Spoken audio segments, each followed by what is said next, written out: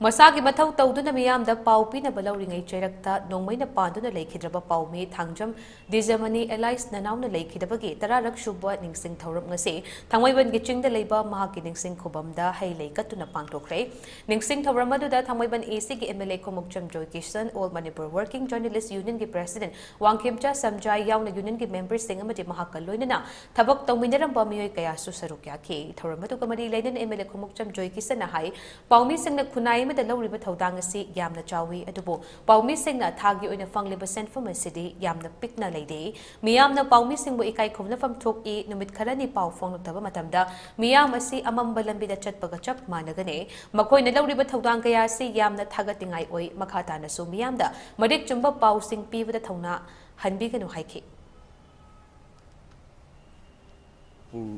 miyamda natana printer electronic media gi sinnaw sin maroina makoina lauriba thaudang se masi hena chauna lorokpatagi ni akoi manipur miyamda asengba saktamam uriba se masi ningsing ningai ni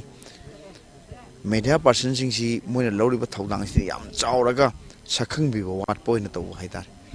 aduga akoi gi moi gi leiriba mai gi kano sini piriba moi gi honorarium haidar si su dum akoi khanjaba dum pick pa aduga akoi gi society sinasu media na lauriba role si khang daba khoi huji manipur da huji media si nimit mangani thong thingba matam da hekta masi kana basidum khangba ni aduna khoi khudi mangna khoi media se khoi chawkhatna ba print electronic si hona ba tangai fate aduga loina na print electronic gi thabak toribe sili naw si sel mayam se masi khoina tongan ba phum mom piraga mokhoi si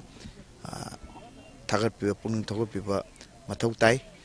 aduga print electronic media gi sinaw sinu akoina apel tawjaning bada masak thokna ting thokna achumba paw phungbi na bhona biba media sinal aranwa paw phung habina teko koi gi hen aseng bado masi uhannawa lo thona leina aseng ba ma hairakpa matamda thona dum phudok pira tawbina ba isam tangena apel tawjari